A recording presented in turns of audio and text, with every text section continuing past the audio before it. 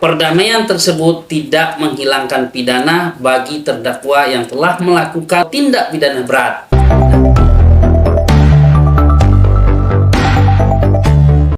Assalamualaikum warahmatullahi wabarakatuh. Berjumpa kembali bersama saya Advokat Dian Brilian di channel Literatur Hukum, channel referensi hukum bagi masyarakat Indonesia. Baiklah sahabat literatur hukum sekalian, dalam kesempatan kali ini kita akan membahas tentang perdamaian tidak menghilangkan pidana. Namun sebelum kita membahas tentang perdamaian tidak menghilangkan pidana ini, ada baiknya sahabat literatur hukum sekalian dukung channel ini dengan cara subscribe, like, komen, and share video-video dari literatur hukum. Dan ingat, aktifkan lonceng notifikasinya agar sahabat literatur hukum sekalian tidak ketinggalan video-video terbaru dan video-video menarik dari literatur hukum. Baiklah sahabat literatur hukum sekalian dimanapun Anda berada, judul konten kita kali ini atau tema konten kita kali ini adalah perdamaian tidak menghilangkan pidana, dimana judul ini kita ambil menjawab pertanyaan dari subscriber kita yang menanyakan, Pak Dian, kami telah melakukan perdamaian antara kedua belah pihak, namun pihak kepolisian tidak juga membebaskan orang yang ditetapkan sebagai tersangka, padahal mereka sudah berdamai.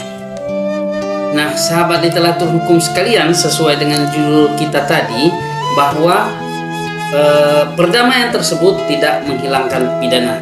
Terus pertanyaannya, bagaimana dengan restoratif justice yang notabene berdasarkan perdamaian kedua belah pihak? Dengan judul yang namanya restoratif justice itu, atau sering disingkat dengan RJ ini, adalah bermodalkan perdamaian, artinya menggantikan kerugian pihak korban, sehingga dengan demikian tersangka akan terbebaskan.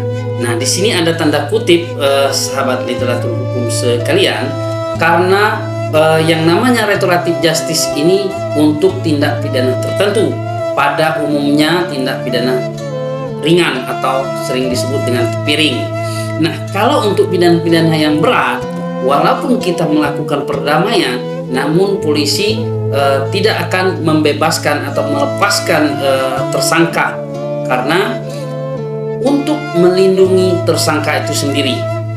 Jadi polisi menahan atau tidak membebaskan tersangka dalam perkara tertentu dengan tujuan untuk melindungi tersangka itu sendiri. Contoh, misalnya di dalam kasus pembunuhan, walaupun kedua belah pihak sepakat melakukan perdamaian, kemudian dengan perjanjian-perjanjian menanggungjawabkan anaknya dan lain sebagainya, namun pihak kepolisian tidak mau melepaskan, karena walaupun di antara beberapa orang itu telah menyatakan damai, tetapi tidak bisa kita ketahui isi hati dari keluarga-keluarga yang lain. Nanti begitu bebas, hilap, dibunuh lagi, sehingga ini sambung menyambung dan tidak akan berakhir, karena yang ini pelaku pertama kemudian dilepaskan oleh kepolisian dengan perdamaian, ada anaknya atau sepupunya atau adiknya hilap, bunuh lagi, terus begitu terus. Makanya polisi dengan etikat baik melakukan penahanan untuk pelaku pembunuhan walaupun telah berdamai, karena untuk mendinginkan suasana, sehingga mungkin setahun 2 tahun kemudian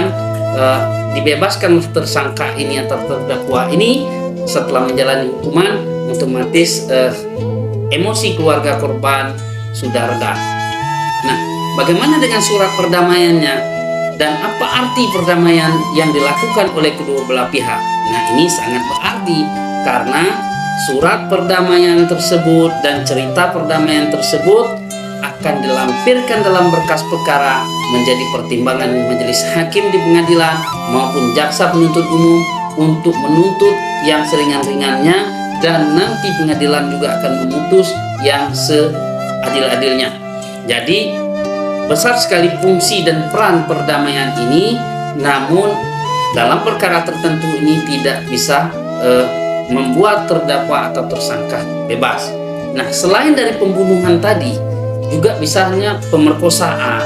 Pada intinya kasus-kasus besar tidak akan dibebaskan walaupun telah melakukan perdamaian kedua belah pihak, karena untuk melindungi terdakwa atau tersangka itu sendiri.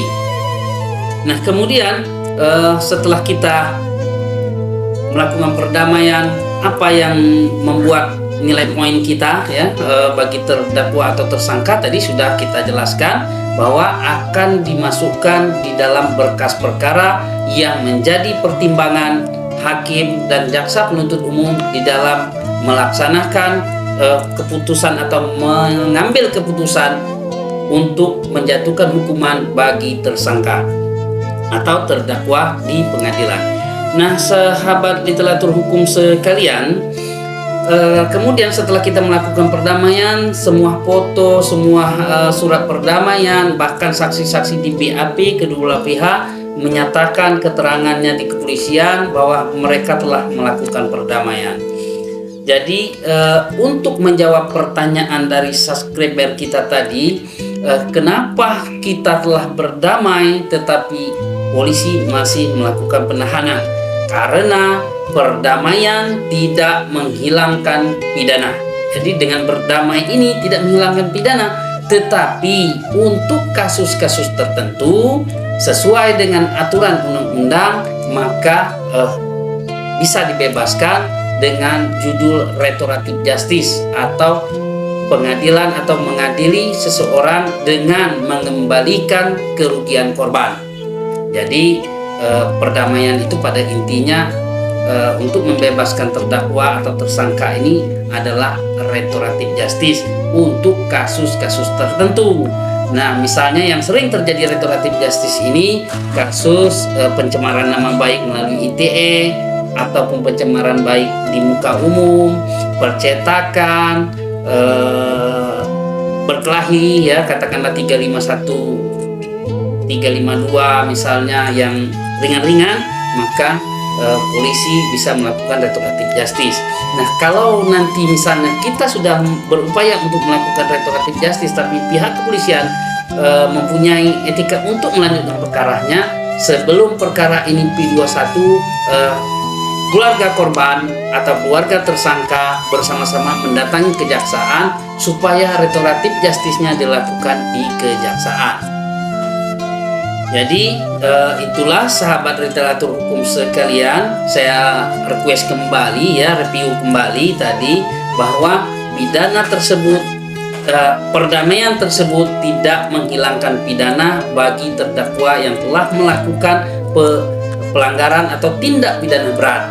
Nah, kalau dia tindak pidana ringan sudah pasti bisa membebaskan terdakwa atau tersangka di baik kepolisian maupun kejaksaan maupun di pengadilan. Nah, pertanyaannya di mana saja restoratif ini bisa terjadi? Bisa juga di kepolisian, bisa juga di kejaksaan, bahkan sedang menjalankan proses persidangan di pengadilan pun ketika ada etikat baik dari kedua belah pihak untuk melakukan perdamaian, maka akan difasilitasi.